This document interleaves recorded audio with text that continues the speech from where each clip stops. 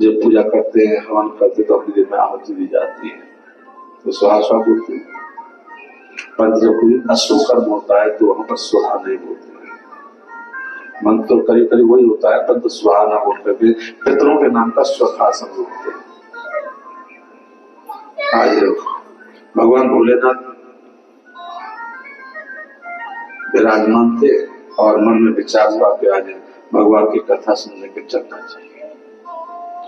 एक बार त्रेता युग माही, एक बार त्रेता युग माही, हो गए हम अजर समाई, राम हो गए तो सरस्वती जग जनन भवानी,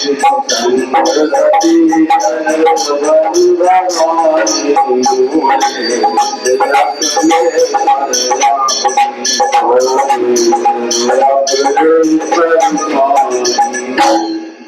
सुखदेव कहते राजन त्रेता युग की बात है। भगवान शंकर भगवान कुम्भज ऋषि के आश्रम में कथा सुनते थे, साथ में माता सती भी थी। अब कथा प्रारंभ हुई। भगवान ने ऋषि कुम्भज को भगवान समर करते और उनकी पूजा की और कथा को श्रवण किया। माता सती भगवान के पास तो बैठी थी, पर कथा में ऐसा आता है कि उनका मन कथा में नहीं लग रहा था। हम लोग कथा सुनने तो आए नहीं, पड़ोसी ने कह दिया कथा सुनने चलना है, मैं चलो। उनके साथ में हाथ हो गए और बैठे हुए हैं। पंडित कब कथा खत्म हो, कब आरती हो और कब प्रसाद लेके घर जाओ। कथा में मन नहीं है। मैं कई बार बताता हूँ गंगा जी बह रही है, अहिर्निश बह रही है, चल रही है, और आपको 7 बजे तक बैठना ही बैठना है, ये भी निश्चित है। परंतु इस 7 बजे तक में आप अगर भगवान का भजन ठीक से सुन लें, कथा में मन लगा लें, कीर्तन भजन होता है ताली बजा लें, हाजिरी लगा लें, तो कितना बड़ा पुण्य प्राप्त होगा। आज ये सती जो थी भगवान शंकर के पास तो बैठे थे, पर कथा में मन नहीं था। ये महाराज हाँ इतनी दूर आए कथा सुनने के लिए, इतने संत रास्ते में थे कथा सुनने के लिए, ये ऐसी कथा सुनाते। यानी कि जो कथा में कमियां भी नहीं थी, कमियां को सोचने लग गई। हम लोग कहते ना, हम वहां गए थे कथा सुनने के लिए, हमारे उस मामा जी के लड़के कथा कराए थे, ऐसी कथा तो नहीं, हम तो ऐसी कथा कराए थे, बहुत अच्छा बड़ा पंडाल था, उसमें बहुत भीड़ आती थी, उसमें बहुत नाच गाने होते थे और बहुत कथा सुनाते। कथा कम सुनाते थे, भजन ज्यादा सुनाते थे। एक बात मैं आपको बता दूं, कथा आपने बहुत सुनी होगी, कथा के साथ साथ में व्यथा भी बहुत सुनाई जाती है, परंतु कथा में वास्तव में जो कथा होती है उसको कम सुनाया जाता है। आपका मन कथा में लग रहा है, अच्छी बात है। मन नहीं लग रहा है तो प्रयास करिए कथा में बदल लगे। सती जी का मन कथा में नहीं लगा। जब कथा समाप्त हुई, भगवान कुम्भ ऋषि कहते हैं कि जिसकी आप कथा सुन रहे थे आज वो पंचवटी को बता रहे हैं। भगवान राम की जो कथा में सुनी है वो पंचवटी बता रहे हैं। शंकर भगवान कर रहे तो उनके दर्शन करने चलना चाहिए। अब कथा समाप्त होने के बाद सीधे भगवान के दर्शन करने को चलती है। सुखदेव करते राजन रास्ते में भगवान शंकर को राम और लक्ष्मण बुलाए। भगवान राम जी को प्रणाम किया शंकर जी ने, और प्रणाम करने के बाद में सती के मन में शंका हो गई कि किसको प्रणाम कर रहे हैं देवी। ये तीनों लोगों के स्वामी विष्णु का अवतार राम है। तीनों लोगों का स्वामी, तीनों लोगों का स्वामी ऐसे रोता हुआ ढूंढ रहा है। एक खगननाथ, एक मधुकर सैनी, और तुम देखी सीता पर नहीं थी। जब तीनों लोगों को सामने पता है कि वो कहाँ है, तो ये क्यों रोते ढूंढ रहे? देवी ये मनुष्य अवतार नहीं है, ये भगवान है। पर सती के खूब समझाने पर, भगवान शंकर समझाने पर सती ने निश्चय किया कि भगवान का अवतार नहीं है, ये विष्णु नहीं है। आज भगवान विशेष कृपा हुई और भगवान भोलेनाथ बैठे हुए थे, विश्राम कर रहे थे। पार्वती ने कहा कि मुझे तो नहीं लगता कि वो भगवान थे। ये भगवान विष्णु के अवतार हैं। ये मनुष्य लीला करने के लिए धराधाम पर आते हैं और धराधाम पर आकर के धर्म की स्थापना करते हैं। परंतु सत्य के मन में एक ही बात नहीं आई। भगवान भोलेनाथ कहते हैं, देवी जो तुमरे मन अत संदेह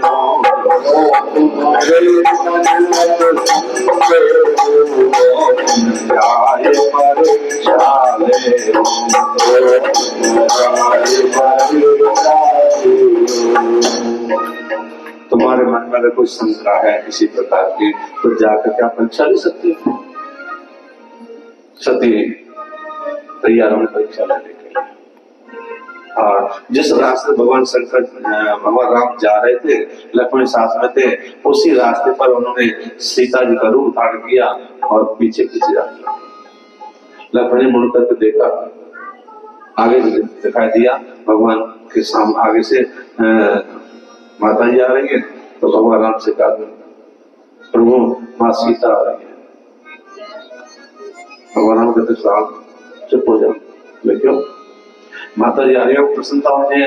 अरे आपको देखा कभी माता जी ने कभी आगे चलते थे? सीता माता तो मेरे पीछे पीछे चलती थी, आप ये माता जी मेरे पीछे चलते थे, ये तो आगे से आ रही है। और जैसे ही सती जी सामने से आई, सती जी को भगवान राम ने प्रणाम किया और कहा कि आप जंगल में अकेली कौन हुई? बाबा बोले ना क्या हो? और जो सती के मन में शंका थी ना, वो सारी खत्म हो गई और वापस लौट करके आई। भगवान भोलेनाथ ने पूछा, देवी परीक्षा दी, क्या किया आपने? मैंने भी आपकी तरह प्रणाम किया था। भगवान भोलेनाथ कहते, बात क्या है, बता क्यों ना? कोई ना कोई तो बात है, जो इस तरह से परीक्षा ली है, वो बात तो बतानी चाहिए, हम तो नहीं बता रहे। एक बात मैं आपको बता दूं, और पति पत्नी जो होते हैं ना, उनका प्रेम ऐसा होता है, उस प्रेम में अगर जरा सी भी कटुता आ जाती है तो उसको बिगाड़ने में, जिस तरह दूध होता है ना, तो पानी मिल जाता है, उसमें जरा सी खटाई डाल देते हैं तो दूध अलग पानी अलग। इस तरह पति और पत्नी जो होते हैं, उनका प्रेम बहुत गहरा होता है। उसमें कपट अगर आ गया दोनों बीच में, तो उसको कोई संभालने वाला नहीं। एक बार एक सज्जन थे, रात को सो रहे थे, साथ में धर्मपत्नी सो रही थी। धर्मपत्नी सोई हुई थी और ये महाराज जी होता है जगह सपने में जो आवाज लगाते, खेनी खेनी खेनी। नहीं, किसको याद कर रहे थे तुम सपने में? हिलाया, हिलाने के बाद का आप किसको याद कर रहे थे? अरे वो घोड़ी में दौड़ाता हूँ ना, तो घोड़ी का नाम ले रहा था। पूरी रात भर का नाम लेते रहे। सुबह रेस के लिए चले गए, शाम जब लौट गए ना, तो धर्मपत्नी मोटी मोटी आंख निकाल खड़ी थी दरवाजे में। क्या बात हुई? जिस खेने की रात का बात कर रहे सपने में, उसके सुबह से कम 20 बार फोन आ चुके हैं। मोबाइल को छुड़ गए थे मुझसे, तुम्हारा फोन कर मोबाइल। तो मेरे कहना क्या है कि पति पत्नी का प्रेम इतना गहरा होता है, इतना अच्छा संबंध होता है, अगर उसको जरा सी भी पाप रूपी कपट रूपी पाप आ जाता है ना, तो फिर टूट बिगड़ जल्दी जाता है। इसलिए कभी एक दूसरे पर कपट नहीं करना चाहिए। जो बात पूछी तो बता दो, छुपाने क्या जरूरत है? माता पार्वती, माता सती कहती है, मैंने कोई ऐसी तपस्या नहीं की, कुछ ऐसा परीक्षा नहीं ली। भगवान भोलेनाथ ने ध्यान किया कि बता क्यों नहीं किया, क्या है तुमने? तब शंकर देखो धर ध्यान, तब शंकर देखो धर ध्यान, रति जोगी न करत सब जाना, रति जोगी न करत सब जाना। भगवान भोलेनाथ ने जो सती ने चरित्र किया था सबको देख लिया और मन में विचार किया कि इन्होंने मेरी माँ का रूप धारण किया है, तो अब मैं इनके साथ में शारीरिक संबंध नहीं है, माँ के समान उनको मानूंगा। मन ही मन संकल्प कर लिया, पार्वती सती जी को नहीं बताया, और ये संकल्प जैसे किया आकाशवाणी होने लग गई। भगवान भोलेनाथ से कहते कि आपके बराबर कोई ऐसा ज्ञानी नहीं है जिन्होंने मन ही मन इतना बड़ा संकल्प कर लिया। सती जी पूछा, महाराज क्या संकल्प कर लिया आपने, ये आकाशवाणी हो क्या बात है? परंतु भगवान भोलेनाथ ने कुछ ठीक से बताया और ध्यान में लीन हो गए, कैलाश तो गए और वहां जाकर ध्यान करने लगे। आज भगवान विशिष्ट स्वामी सती जी परेशान थी क्योंकि भोलेनाथ एक तो बात नहीं बताई पूरी, और फिर देखिए भजन में लीन हो गए, बात तो घर में नहीं होती, इस तरह होनी चाहिए थी। ये महाराज देखा कि आज भगवान की जो कैलाश पर्वत था उसको रोक के विमान जा रहे थे। किसके विमान? देवताओं के विमान जा रहे थे। किस लिए जा रहे थे? एक प्रजापति दक्ष महाराज थे ना, उन्होंने यज्ञ किया था और यज्ञ में भगवान भोलेनाथ को नहीं बुलाया। सती जी भोलेनाथ से प्रयास करती है जल्दी समाधि से टूट जाए समाधि के, तो जैसे बात करूं तो उसे जाने के लिए, क्योंकि ये सब बहनें जा रही हैं और यही होकर जाती ऊपर होकर ऋषि विमान जा रहे हैं। भगवान भोलेनाथ का ध्यान टूटा और सती जी ने अपना प्रस्ताव देता रखा कि मैं देखिए पिताजी ने यज्ञ किया है, अब देखो यज्ञ में तो जाना ही चाहिए। देवी हमारे पिताजी के और गुरु के घर तक बगैर बुला भी चले जाते हैं। भगवान भोलेनाथ कहते जाना चाहिए, परंतु कब? जहां आपस में कटता ना हो। प्रेम है बगैर बुला चले जाइए, परंतु जहां पर मन नहीं मिल रहा है, कटता है, चाहे गुरु का स्थान हो चाहे पिता का घर हो, उस घर में नहीं जाना चाहिए। भगवान भोलेनाथ मना करते हैं, पर सती कहती है नहीं मुझे जानना है। आप क्यों नहीं जाना चाहते? तो उन्होंने बताया कहा कि जब अगला यज्ञ हुआ था ना, तो उसमें मैं गया था और भगवान की विशेष बात, जब तक महाराज आए थे तो सब लोग खड़े हो गए थे, ब्रह्मा जी बैठे रह गए थे, मैं बैठा रह गया। बड़े लोग होते ना, उनको स्वागत कितना कर रहे हैं इस पर ध्यान कम होता है, स्वागत कौन नहीं कर रहा है उस पर ज्यादा ध्यान होता है। प्रजापति महाराज की जय जयकार हुई थी। हम लोग जो खुशी होती है ना, सब लोग अपनी खुशी जरूर मनाते हैं। संत लोग खुशी मनाते हैं तो यज्ञ करते हैं, और जो दूसरे लोग होते हैं ना, जब खुशी मनाते हैं तो गिलास से गिलास लड़ाते हैं। खुशी तो दोनों मना रहे हैं, अंतर केवल इतना ही है कि जो भगवान के भक्त हैं वो यज्ञ आदि करके मनाते हैं, वैसे जो लोग होते हैं वो गलत तरीके से मनाते हैं। बच्चे का जन्मदिन है, बच्चे के जन्मदिन पर यज्ञ आदि करें, बच्चे का भाग्य बढ़ता है। हम लोग क्या करते हैं, आज बच्चे का जन्मदिन है तो होटल में जाके खाना खाने के लिए, और वहां क्या खाते हैं? कहने की जरूरत नहीं, दासपिट से पाप कर्म करते हैं। और एक बात बता दूं मैं आपको, जितने जीव की हत्या की जा रही है उसका पाप जो उसको इस्तेमाल कर रहा है उसके सिर पर है। लोग कहते हैं हम थोड़े कर रही है, वो तो करने वाला पाप उसको लगेगा जिसे मारा है। अरे मारा तो किसके लिए? आपके लिए। इसलिए पाप के भागी आप हैं, और आज आप उसको खा रहे हैं, किसी दिन वो भी आपको खाएगा। समझ लीजिए, शास्त्र कहता है अवश्य में भोक्तव्य कृतम कर्म सुखासु, स्वकर्म हो या अश्वकर्म हो, प्राणी को भोगना पड़ता है। इसलिए प्रयास करिए इन सब चीजों से बचना चाहिए, और अगर कोई इस काम को करता है तो समझाने का प्रयास करिए, इसको इस्तेमाल न करें। ये हमारा भोजन नहीं है, सात्विक भोजन नहीं है जिसको हम लोग ये ग्रहण करते हैं।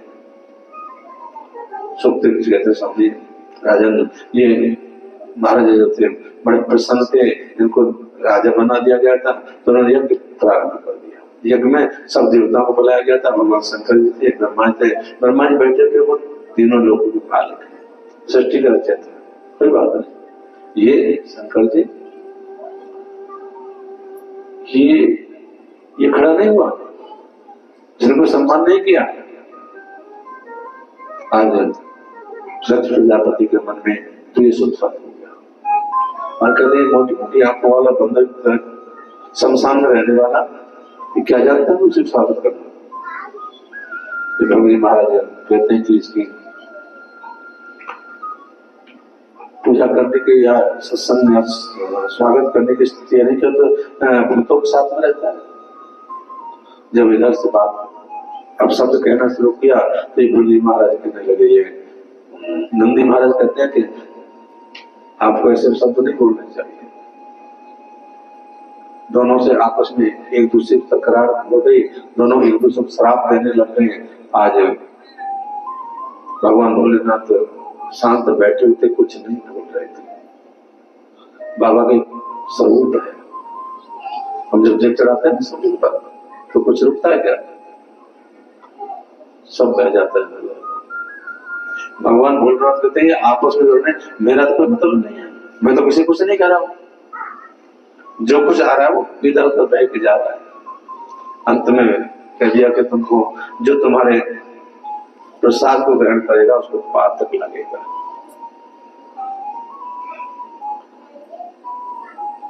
कथा में ऐसा आता है कि हम सब लोग कई बार सोच लेते हैं कि जो भगवान शंकर का प्रसाद चढ़ा हुआ है ना उसको नहीं खाना है, क्योंकि कथा में ऐसा है कि भगवान शंकर का चढ़ा हुआ नहीं खाना चाहिए। ऐसा नहीं है, भगवान भोलेनाथ का भोग लग गया, उसको खाने में कोई पाप नहीं है, उनकी सेवा करें कोई पाप नहीं है।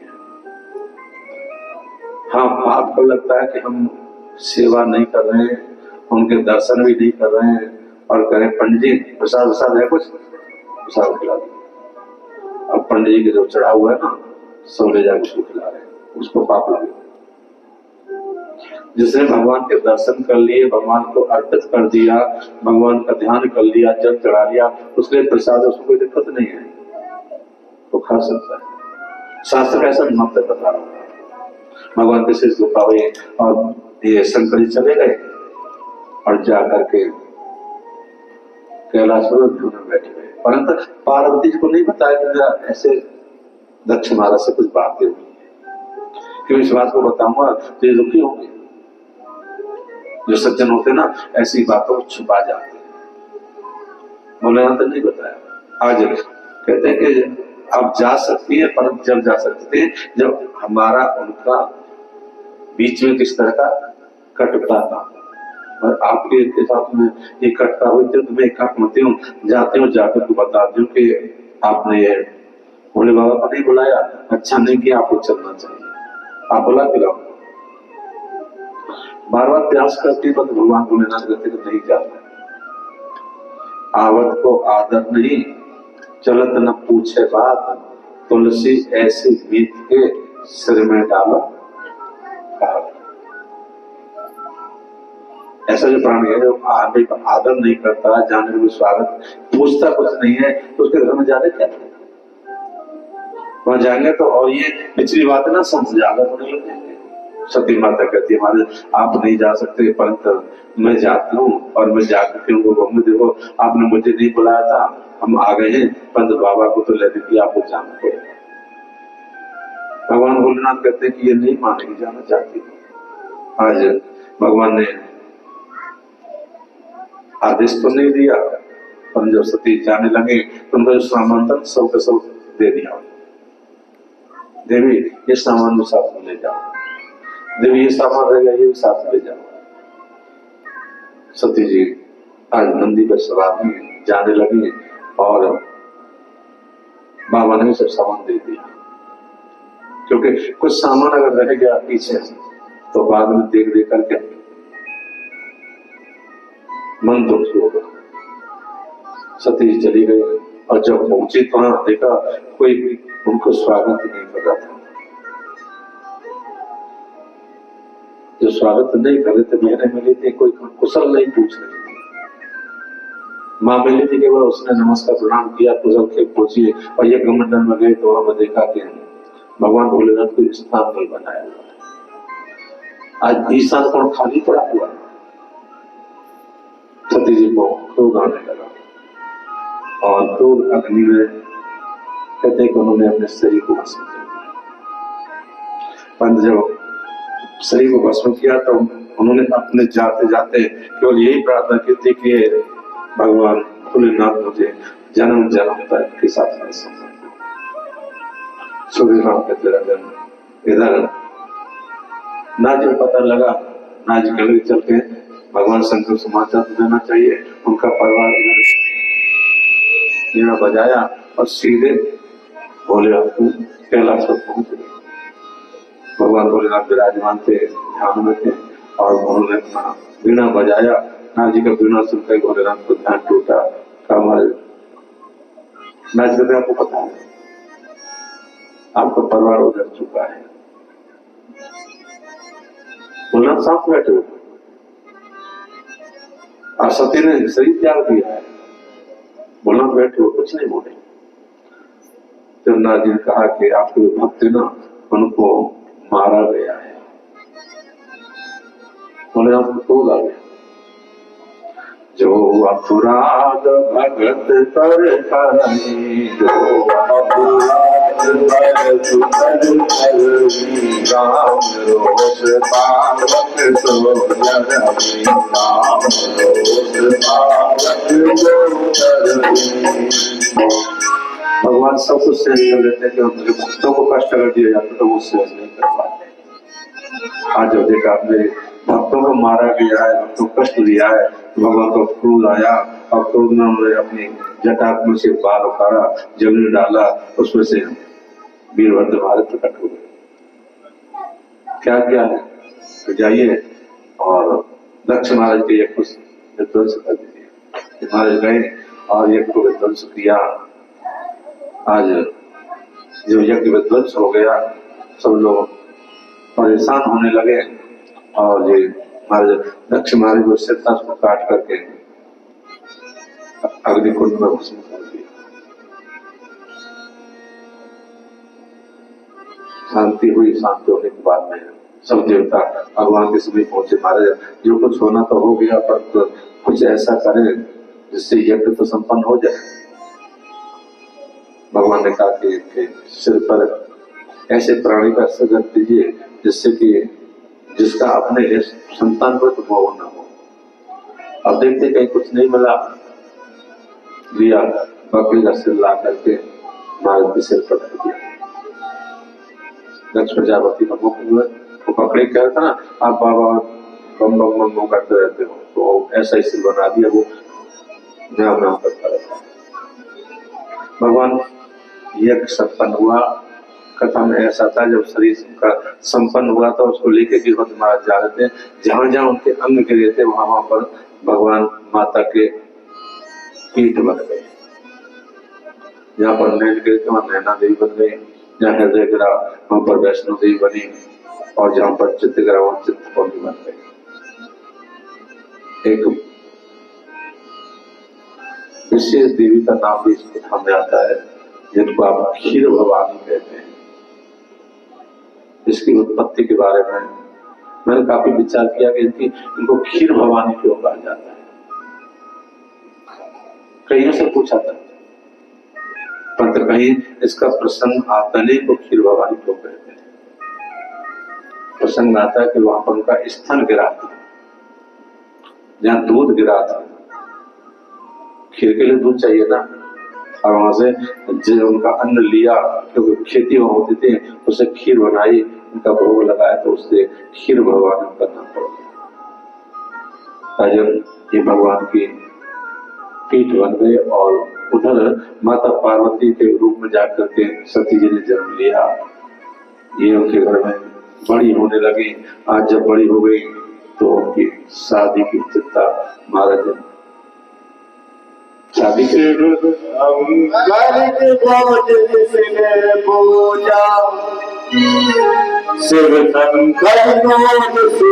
पूजा उसका ही पार हुआ अंतकाल में सागर से उसका मेरा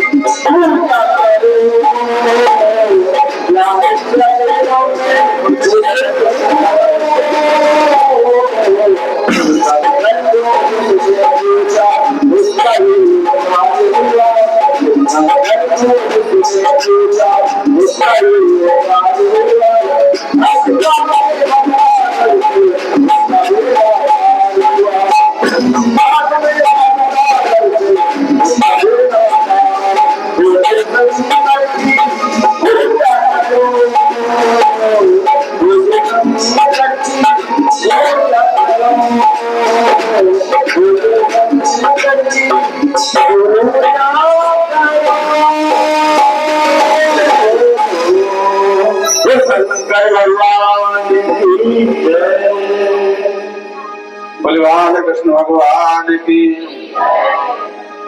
आज सती जी ने हिमाचल घर में जन्म दिया, पार्वती का नामकरण किया गया था और भगवान विराजमान थे। आज ये हिमाचल महाराज के घर में पार्वती कहती मुझे भगवान भोलेनाथ की पूजा करनी, तपस्या करने लगी।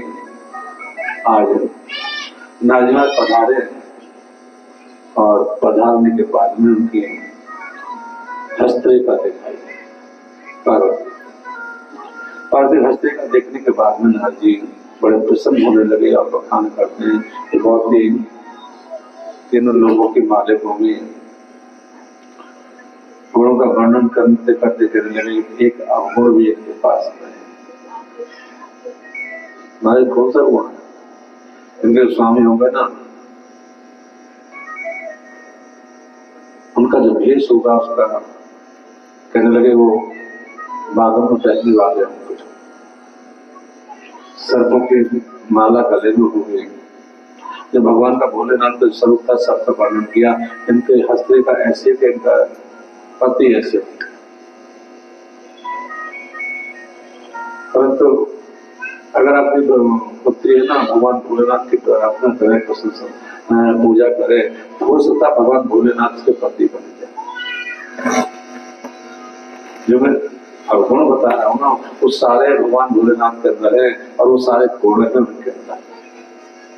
पार्वती ने सुनने के बाद कहने लगी मैं तपस्या करती हूँ, आ जा जंगल में नहीं तपस्या करने के लिए। कथा तो बहुत बड़ी है, तुम्हें बड़ी नहीं सुना सकते। समय का अभाव है, 3 बजे आते नहीं हो, आते के 7:30 बजते ना कबड्डी देखने लग जाते हैं, पर ये पता नहीं कब तक खत्म करेंगे। कहने का मतलब तो जंगल में जाकर तपस्या करने लगे। भगवान प्रसन्न हो गए, प्रसन्न होकर के ऋषियों को भेजा तपस्या ने। उनके पति में धर्म की परीक्षा लेने के लिए ऋषियों ने परीक्षा ली। करने के बाद भगवान भोलेनाथ प्रसन्न होकर कहते हैं देवी आप घर पधारे और आपका विवाह संस्कार भगवान भोलेनाथ के साथ होगा। बलराम दे दिए, पार्वती घर पधारी और हिमाचल महाराज ने आज भगवान भोलेनाथ से शादी करने के लिए लग्न पत्रिका भेज दी। भगवान भोलेनाथ की शादी की तैयारी होने लगी। अब बाबा शादी होने तो उससे जाना भी है ना, क्योंकि बाबा तो ऐसे ही चल देंगे, उन्हें तो कोई मतलब नहीं स्वास्थ्य। आज भगवान की विशेष श्रृंगार किया जा रहा था और एक गरम गरम भालू बुलाए ना भस्म मिला करके भगवान भोलेनाथ को से स्नान कराया। महाकाल की आरती होती है ना, भस्मी से होते हैं, तो ऐसी गरम गरम भस्म मिला करके भगवान भोलेनाथ का स्नान करा दिया गया। बागम में लटका करके बागम पहनाया और छोटे छोटे सर्प ला करके उस बागम पर लगा दिया। सुखदेव स्वामी कहते राजन सिर पर जटाओं के ऊपर जटाओं को ऐसे लपेटा और उसके ऊपर एक सर्प लगा दिया, घोड़ा पछाड़ से। देखा था बहुत बड़ा होता है, ऐसे सिर कर करता तो सर्प लगा दिया। भगवान के कानों में बिच्छू लटका दी गई, कुंडलों की जगह कातर लगा दी गई। कातर जब किसी चिपक जाना छूटती नहीं है, और छुड़ाने के लिए उन पर अगर चीनी डाल जाते मीठा डाल लेता तो छूट जाता।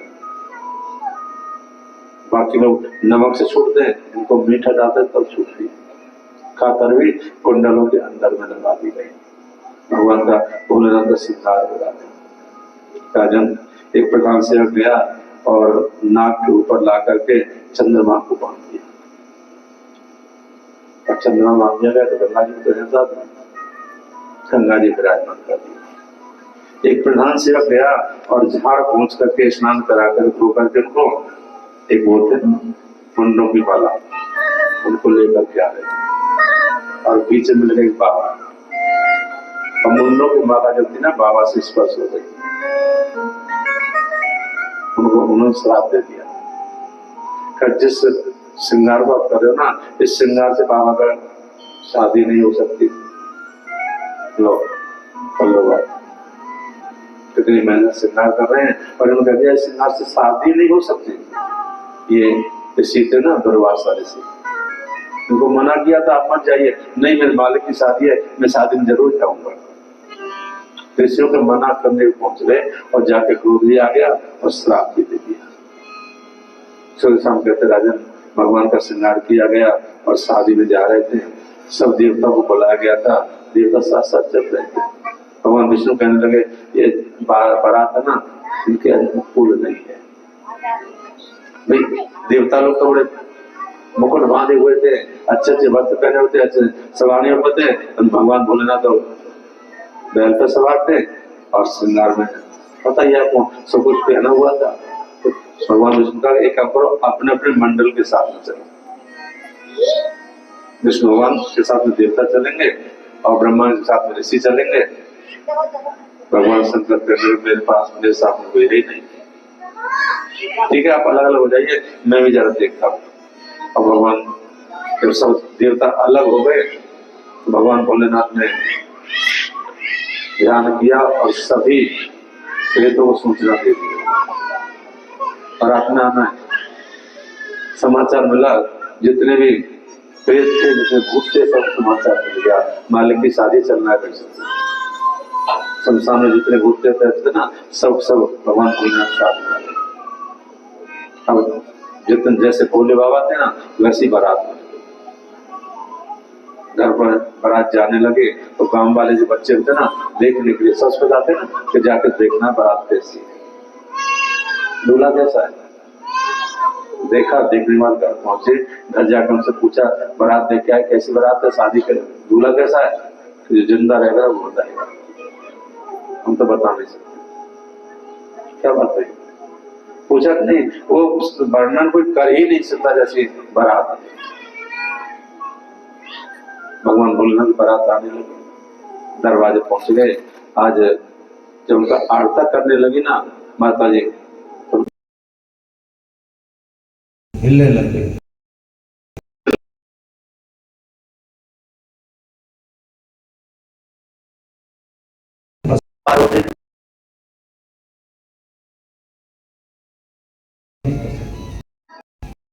कथा में ऐसा था कि नारजी महाराज पधारे और उन्होंने सारी कथा को समझाई ताकि ये पूजन सती थी और इसी का अपना शरीर आप और उनका विवाह संस्कार भोलेनाथ के साथ होना।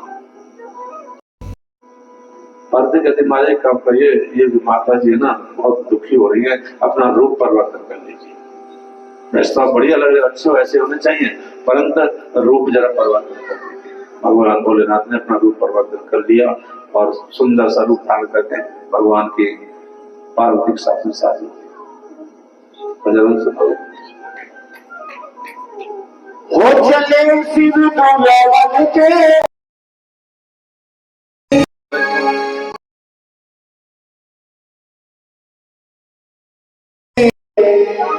हरि नंद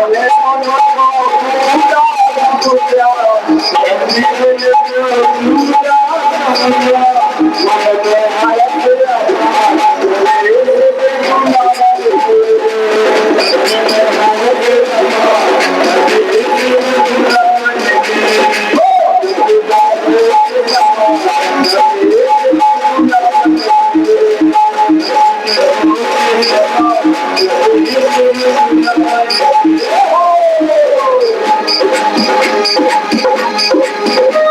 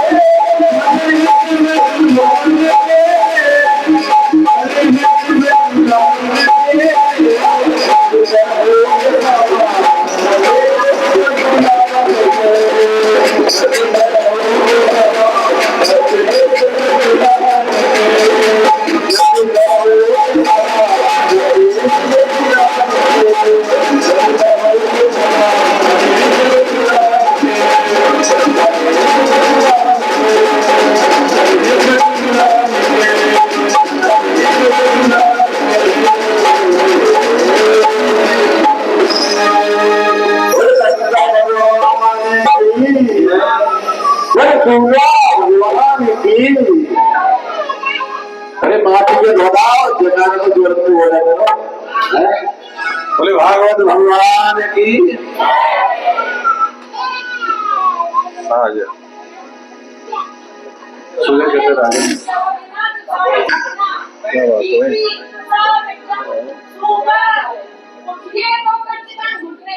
बोलो बाल कृष्ण भगवान की सूर्य कहते राजन भगवान की ब्रह्मा जी महाराज ने सनकादिक ऋषि को उत्पन्न किया था। उन्होंने सृष्टि रचना में सहयोग नहीं किया। इसके बाद में नारद जी महाराज ने भी सृष्टि में सहयोग नहीं किया। उनके पुत्र थे हंस और आरोही और यति भी उनके पुत्र थे। इनके पुत्र का नाम था आदम, जिनको इन्होंने पृष्ठभाग से उत्पन्न किया था। हम लोग मंदिर में जाते हैं, पूजा करते हैं, भगवान की पूजा करने के बाद परिक्रमा करते हैं। परिक्रमा करने के बाद पुण्य करनी चाहिए, पर परिक्रमा के साथ में अनर्थ भी करते हैं। मूल भगवान जहाँ विराजमान होते हैं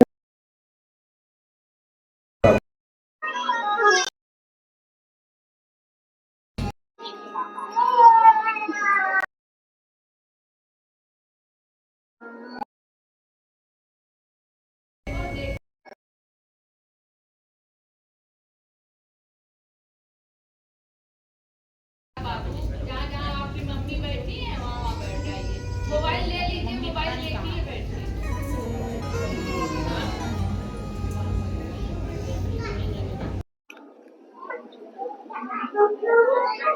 मैं बता रहा था जहाँ पर अधर्म पास होता है, भगवान की परिक्रमा परंतु पीछे जाकर प्रार्थना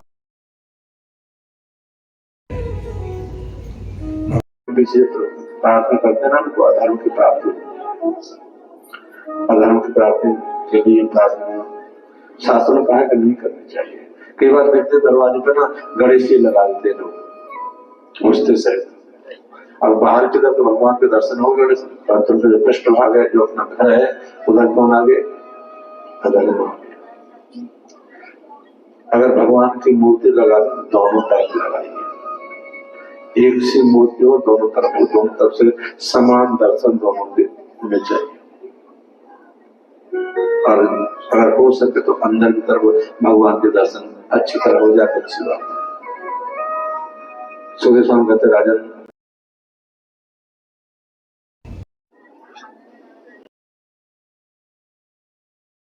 वो और उनकी माया और के बाद में क्रोध उत्पन्न हो गया।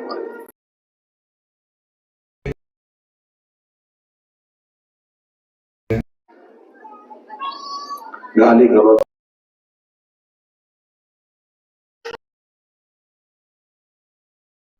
अधर्म बढ़ना प्रारंभ हो गया। अधर्म बढ़ने लगा तो ब्रह्मा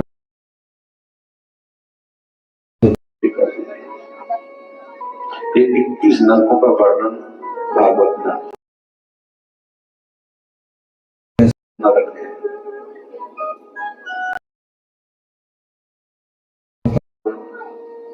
मैं आपको बताता हूँ कौन से किस नरक है। ताम्रस्थलो संकुश महारौरव साल मले रौरव कुड़मना काल सूत पत मुहूर्त लोहे दोष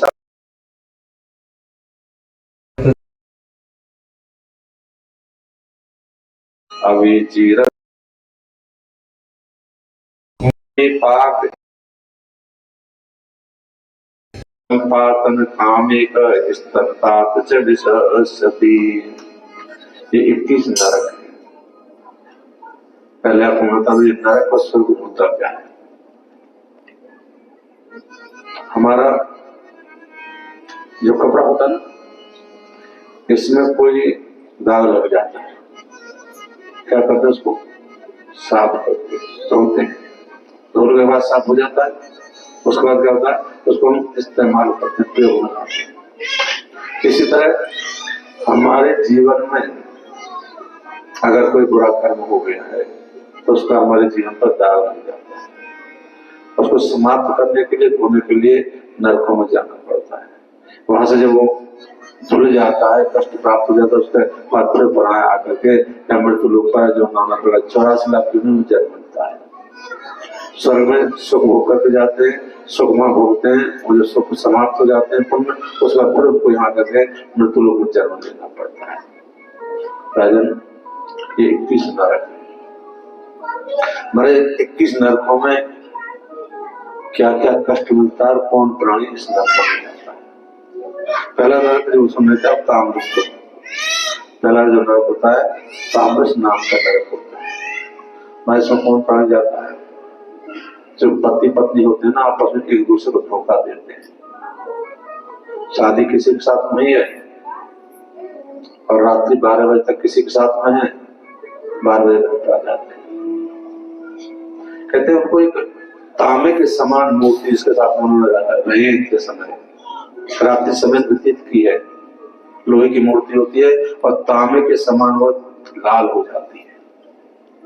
तो उस मूर्ति को उनको दिखाते हैं, उससे उसको चिपकाते हैं तो रोता है, चिल्लाता है। चमकेदूत कहते हैं कि इसके साथ उन्होंने अपना जीवन व्यतीत किया है, जिसके साथ में शादी की थी उसके साथ में कम रहा था, इसके साथ में ज्यादा रहा था, इस सुख को तुझे भोगना पड़ेगा। राजन, ये पहला नरक है। दूसरा नरक है जिसको रौरव नरक कहा जाता है। मैं इसमें कौन जाता है? सुखदेव साहब कहते हैं राजन, इसमें जो गाय लड़ रही होती है, ब्राह्मण लड़ रहे होते हैं, उनको देख के प्रसन्न होता है। पाप कर्म नहीं किया, परंतु केवल प्रसन्नता जाहिर की है, वो प्राणी इस नरक में जाता है। एक बार एक राजा था, उस राजा ने बहुत से ब्राह्मणों को बुलाया था भोजन के लिए। अब भोजन तैयार हो रहा था, ऊपर से सर्प जा रहा था, बादशाह को लेकर जा रहे थे, वो सर्प जो था खीर में जाके गिर गई। भोजन कराया ब्राह्मणों को, विष था, ब्राह्मण मृत्यु को प्राप्त हो गए। राजा बड़ा शंका में आ गया, मैंने कुछ किया तो है नहीं, परंतु ये पाप मुझे लग रहा है। राजा बड़ा दुखी था। यमराज जी कहने लगे, ये पाप कर्म जो हुआ है किसके हिस्से में लिखा जाए, किसको दिया जाए? भाई राजा ने तो भोजन करा, तो पता ही नहीं, खीर बनाने वाले को पता नहीं, खाने वालों को भी नहीं पता है, पाप किसको दिया जाए।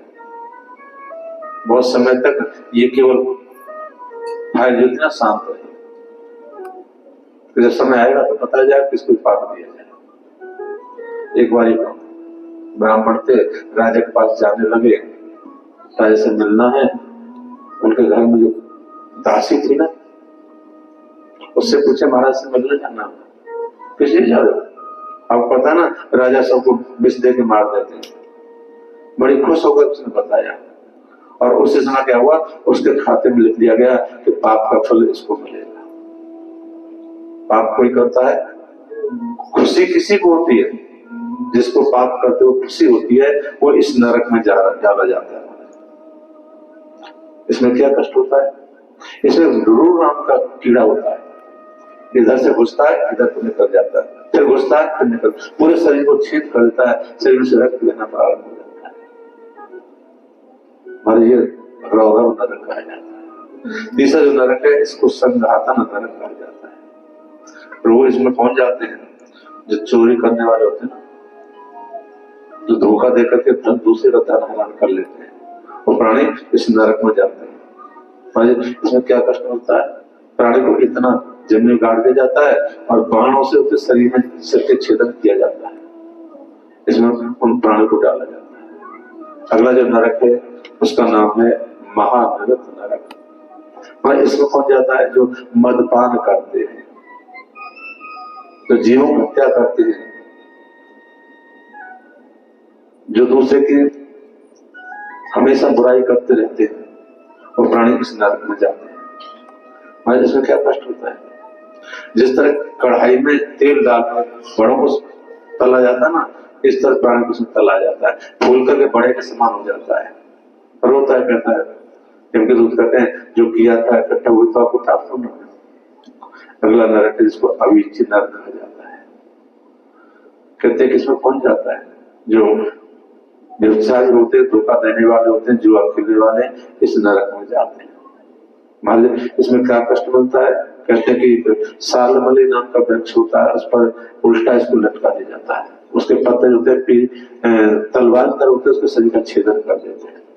रोता है, मार पड़ती है, ऊपर से पत्तों से छेदन होता है, और जब रोता है पानी मांगता है तो गर्म गर्म बालू उसके मुंह में डाल दी जाती है।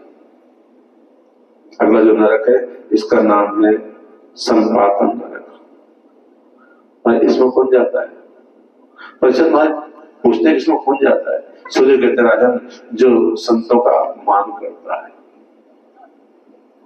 जो ब्राह्मणों का अपमान करता है, जिनको अपशब्द बोलता है, वो प्राणी इस नरक में जाता है। परीक्षित महाराज होते आंसू से रोने लगे, महाराज मैंने भी संत का अपमान किया था, क्या मैं भी इस नरक में जाऊंगा? सूर्य स्वामी कहते राजन इसी नरक में आप जाते, पर आप कथा सुन रहे हैं इसलिए आपको इस नरक में अब नहीं जाना पड़ेगा। आगे कहते हैं महाराज ध्रुव जी मनु महाराज के 3 कन्याओं का वर्णन आप सुन रहे थे। 2 पुत्र थे जिनका नाम, एक का नाम था प्रियव्रता और एक उत्थान करता है। नभ उत्थान पात सुतता सो, नभ उत्थान पात सुतता सो, नभ हरि कथा भयं दुख जासो,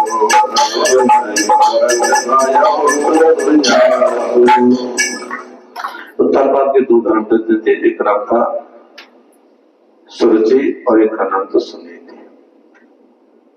सुनीति के साथ शादी हुई। शादी होने के बाद में काफी समय हो गया, संतान नहीं थे। राजा परेशान होते थे, संतान न होने के कारण दुखी थे। एक समय कहीं किसी राजा के पास में गए थे, उनकी पुत्री थी, उनके साथ में उसकी शादी कर दी गई। आज ये रथ दिखाकर बुला रहे थे। जब नगर में प्रवेश किया तो नगर में नगाड़े बज रहे थे, खुशियां मनाई जा रही थी। राजा कहने लगा शायद ऐसा लगता है कि हमारी शादी की पता लग गया है, इसलिए खुशी मना रहे हैं। रथ में से झांक करके एक सेवक को बुलाया, पूछा ये नगाड़े इसलिए बज रहे कि महाराज महलों से पता लगा कि आप पिताजी बनने वाले हैं। और एक समस्या नहीं खड़ी हो गई। सुनीति सुरुचि कहती है महाराज आप पिता बनने वाले हैं, एक काम करिए, या तो आप पहली धर्मपत्नी को साथ रखिए या मुझे रखिए, या तो ये रहेगी या मैं। हमारे उत्तरपाद ने सुनीति के लिए अलग से महल बनवाया, उसमें को अलग नहीं रहने के लिए स्थान दे दिया। काफी समय हो गया, भगवान विशेष कृपा हुई। सुनीति जो थी सत्संग सुनने जाती थी, साथ में बच्चे को ले जाती, सत्संग सुनना आती थी। और उस सत्संग सुन के बच्चा का मन इतना निर्मल हो गया था। आज भगवान विशेष कृपा हुई, संतों से पूछा पुत्री आप रोजाना कथा सुनने आती हो, रोजाना कथा सुनती हो, साथ में बच्चे को लाती हो, बिठा के उसको कथा सुनाती हो, हम चाहते हैं आप कोई आशीर्वाद मांग लीजिए, क्या चाहती हो? सुनीति कहते महाराज काफी समय हो गया, महाराज इतना एक शादी करके लाए थे, उनके कोई संतान नहीं है, मैं चाहती हूँ उनके कोई पुत्र हो जाए। संत कहने लगे देवी वैसे तो उनको संतान नहीं होती, पर आप चाहती हो इसलिए जरूर कोई संतान होगी। जिस सुनीति को राजा ने त्याग दिया था, जिसके कारण त्यागा था, उसके बारे में आप इतना सोच रही हो, जरूर आपको संतान होगी। भगवान विशेष कृपा हुई, उनको एक पुत्र हुआ जिसका नाम उत्तम रखा गया। और दोनों 1-2 साल के तथ्य से साथ साथ खेल भी लेते थे। एक दिन भगवान विशेष कृपा हुई और ये महाराज ध्रुव जी महाराज थे, राजा गोद में बैठने के जा रहे, राजा सिंहासन विराजमान थे, गोद में बैठने के प्रयास किया, साथ में सुरुचि बैठी। राजा ने देखा, देखने के बाद ना तो उसको सहयोग किया बैठाने के लिए और ना ही मना किया। सुरुचि बोलने लगी, इनकी गोद में बैठना है तो मेरी कोख से जन्म लेना चाहिए। अब जाओ तपस्या करो, भगवान से भगवान जब प्रसन्न हो जाए तो उससे कहना कि मैं सुरुचि के कोख से जन्म लो, जब मेरे कोख से जन्म लोगे तब तुम राजा की गोद में बैठ सकते हो। अब ध्रुव जी महाराज थे, रोते रोते चले गए। पंत घर जाके कुछ नहीं बताया, पंत उनकी जो दासी थी उन्होंने जाके सब कुछ सुनीति को बता दिया। ना मेरी जो माता है ना, उसने अपमान किया है। पुत्र क्या अपमान हो गया? बच्चों को अपमान होता है क्या? खेलते रहते हैं, कोई डांट दे कोई बात नहीं, खेलते रहते हैं, बच्चों को अपमान नहीं होता। हाँ, उसने जो कहा तपस्या करने के लिए तो गलत नहीं कहा, तपस्या तो करनी चाहिए। माँ मैं तपस्या करने जाऊं? हाँ तपस्या कर सकते हो माँ, आपके जन्म में साथ में। सुनीति कहने लगे पुत्र, हमारे जो नाना जी है ना, उन्होंने मुझसे कहा था कि तुम राजा की यही रहना, जब तक आपका अंतिम समय होना वहीं पर रहेगा कि आप उनकी सेवा करते हैं, इसलिए मैं तो नहीं जा सकती, आप जा सकते हैं। ध्रुव जी महाराज तपस्या करने के लिए जा रहे थे, रास्ते में नाजी महाराज कहते लगे ये भक्त तपस्या करने जा रहा है, अंत जरा से देखना कैसा है, बजा कर देखना पड़ेगा, पक्का है कच्चा।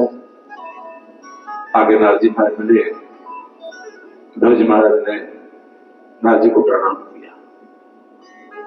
संत लोग कहते हैं जो संतों को प्रणाम करता है ना, उसकी आयु विद्या यशु बल चाची बढ़ती है। नारजी कहते हैं कि पुत्र कहाँ जा रहे हो? कि माता ने मेरा अपमान किया है, मैं तपस्या करने जा रहा हूँ। अरे किस बात का अपमान? बच्चों को अपमान होता है क्या? नहीं नहीं, मैं तपस्या करने जा रहा हूँ। तपस्या करोगे? कैसे करोगे? आप पता है जंगल में कितने बड़े शेर रहते हैं, आपको खा जाएंगे। ध्रुव जी कहते हैं माँ कह रही थी शेर में भगवान होता है। महाराज बोल रहे हैं यहाँ तो तुमने भी नहीं पहुंचाया, ये शेर कहते शेर में भगवान होता है, इसको डर नहीं है कि लगा हाँ जंगल में बहुत बड़े बड़े सर्प रहते, खा जाएंगे आपको। ध्रुव जी कहते हैं शेर तो भगवान शंकर के गले में रहते हैं, तो उनको ही नहीं खाते मुझे कहा। ध्रुव जी महाराज जब आगे जाने लगे तो नाथ जी कहते हैं ध्रुव जी रुक जाइए, क्या बात हुआ? आपने कोई गुरु बनाया? ध्रुव जी कहते मैंने आज तक कोई गुरु नहीं बनाया। तो कैसा तपस्या करोगे? गुरु तो बनाना चाहिए। ध्रुव जी कहते हमारे काम करिए, आप मेरे गुरु बन जाइए। नाथ जी कहते मैं समझा रहा हूँ और मुझसे तरह गुरु बन जाइए। ठीक है, मैं आपको गुरु शिष्य बनाता हूँ, गुरु मंत्र देता हूँ। भगवान विशेष कृपा हुई, नाथ जी महाराज गुरु मंत्र देते, बाबा अब जाओ। बड़ी जल्दी मची हुई आपको, जरा से रात सुनता है बाबा जाओ, इतनी जल्दी तपस्या करने की? तपस्या करने चले जाना, बात तो पूरी सुन लीजिए। हाँ बाबा बताओ, ये कहाँ तपस्या करोगे? बाबा वही तो पूछ रहा हूँ, तपस्या करने की बढ़िया जगह है, किसी धाम वृंदावन चले जाए।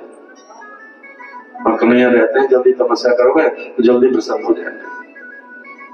वृंदावन के माता को टीला है, आज उसको जरूर टीले के नाम से जानते हैं। तपस्या करने के लिए नाथ जी बताइए वहां चले जाते तपस्या करने। बाबा तपस्या करने जाओ तो स्थान मंत्र भी दे दिया। अरे तपस्या करने चले जाना, मंत्र भी दे दिया, वो भी ठीक है, पर ये बताओ भगवान आपके सामने आ जाओगे तो कैसे पहचानोगे? आप जानते हो आपको? बाबा बता दो ना। भगवान के चार हाथ हैं, मस्तक पर मुकुट रहे, सुदर्शन चक्र हाथ में रहता है। बाबा जाओ, अब चले जाना, कोई बात नहीं है। अगर ऐसा स्वरूप आपके सामने आ जाए समझ लीजिए वो भगवान है। उनके साथ में लक्ष्मी जी होते हैं, उनका स्वरूप बता दिया कि ध्रुव जी मारे गए और जाकर सीधा वृंदावन में तपस्या करना प्रारंभ कर दिया। राजन भगवान नानी मां तपस्या कर रहे थे, ध्रुव जी महाराज तपस्या करते। पहले महीने में 3 दिन के अंदर से इन्होंने केवल बेर खा करके भजन करना प्रारंभ किया। दूसरे महीने में 6 दिन के अंदर से केवल पत्ते काट करके भगवान का भजन करते रहे। तीसरे महीने में केवल 9 दिन के अंदर से जल पी करके भगवान का भजन किया। चौथे महीने में 12 दिन के अंदर से केवल इन्होंने वायु को ग्रहण किया। 12 दिन में 1 दिन वायु ग्रहण करके सांस लेते। अगला जब 5वां 6वां महीना आया तो उन्होंने प्राण वायु को भी रोक दिया। तो अंदर कुछ नहीं जाएगा और बाहर कुछ नहीं आएगा। मुख बंद कर लिया, भजन करने लगे और देवताओं के प्राण वायु के लगे हुए। सब परेशान होने लगे कि हो क्या रहा है। देवता ने कहा चलो विष्णु भगवान के पास चलते हैं, शायद वो कुछ उपाय बताए।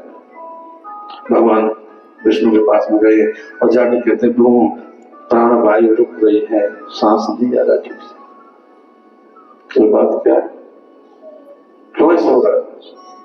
महाराज भगवान विष्णु कहते हैं मैं ये सोच रहा हूँ ये भूकंप यहाँ विष्णु के पुत्र से दिया रहा है, सर्वलोक हिल रहा है। बात क्या है? नारद जी महाराज बताया कि छोटा सा बच्चा है आपका भजन कर रहा है, 6 महीने हो गए भजन करते करते। भगवान आज जब उनके दर्शन करने के पधारे, साथ में लक्ष्मी कहती है महाराज मैं भी आपके साथ में चलूंगी। देवी मृत्यु लोक है, वहां चलना तो ठीक है, कोई दिक्कत नहीं है, परंतु जाकर के ऐसा ना हो आपका वात्सल पुत्र प्रेम है ना, आप उसमें मत रह जाना। नहीं महाराज मैं आपके साथ रहूंगी, दर्शन मैं भी करना चाहती हूँ बच्चे का, कि छोटा सा बच्चा भजन कर रहा है। भगवान आज लेकर के लक्ष्मी जी को ध्रुव जी महाराज के पास आ गए, सामने खड़े थे। ध्रुव जी महाराज नेत्र ही नहीं खोल रहे, नेत्र बंद है। भगवान को कोई समस्या है, इतना समय हो गया ये ध्रुव नेत्र क्यों नहीं खोल रहा? ध्यान किया बात क्या है, तो जो बाहर खड़े थे ना उनके हृदय में दिखाई दे रहे थे 4 हाथ वाले हृदय में विराजमान थे, उनके दर्शन वही कर रहे थे और उसे बाहर से कोई मतलब नहीं था। भगवान ने अपना जो स्वरूप था अंदर उसको बाहर निकाल दिया, खींच दिया बाहर। आज जैसे अंदर से वो निकले तो ब्रह्म ये ध्रुव जी महाराज है छटपटाने लगे और छटपटा कर नेत्र को खुला, तो जो अंदर दिखाई देते हैं वो सामने दिखाई दे रहे हैं।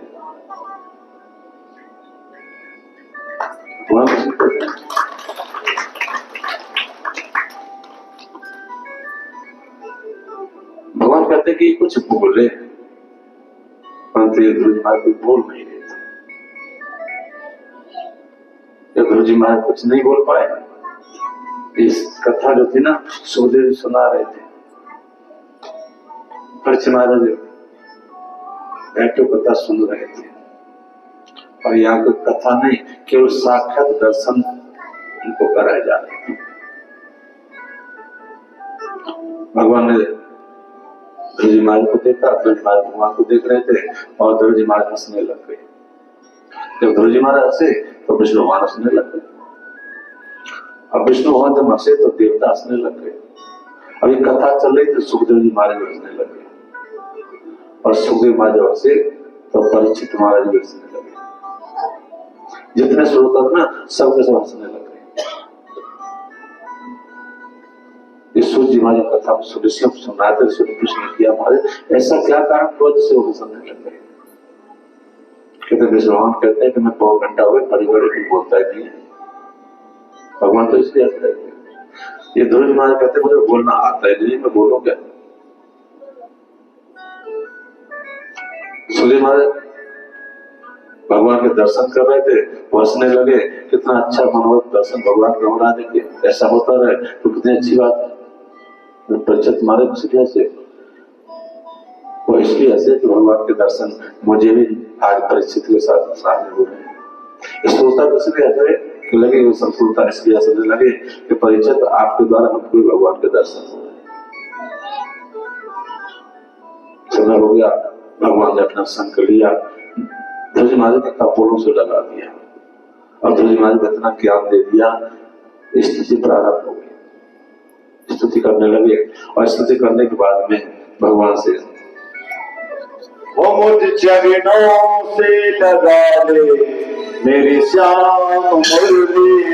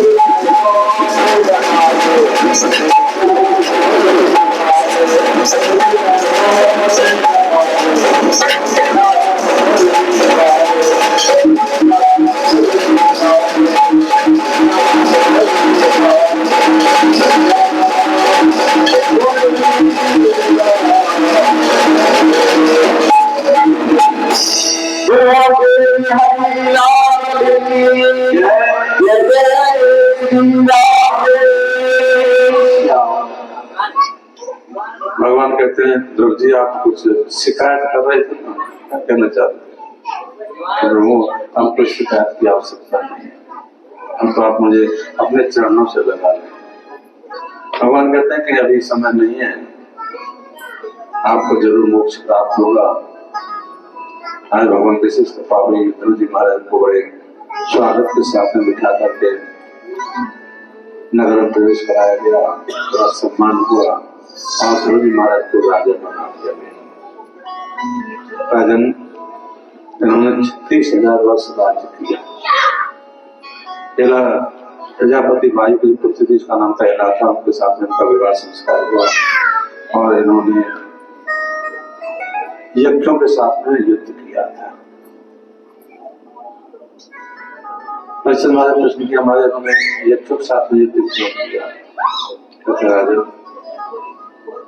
एक बार इनके जो भाई थे उत्तम, वो जंगल से आ रहे थे, यक्षों के साथ में झगड़ा हुआ और भाई के साथ में युद्ध करने के लिए इन्होंने यक्षों के साथ में युद्ध किया और युद्ध में 1,30,000 यक्षों को समाप्त कर दिया।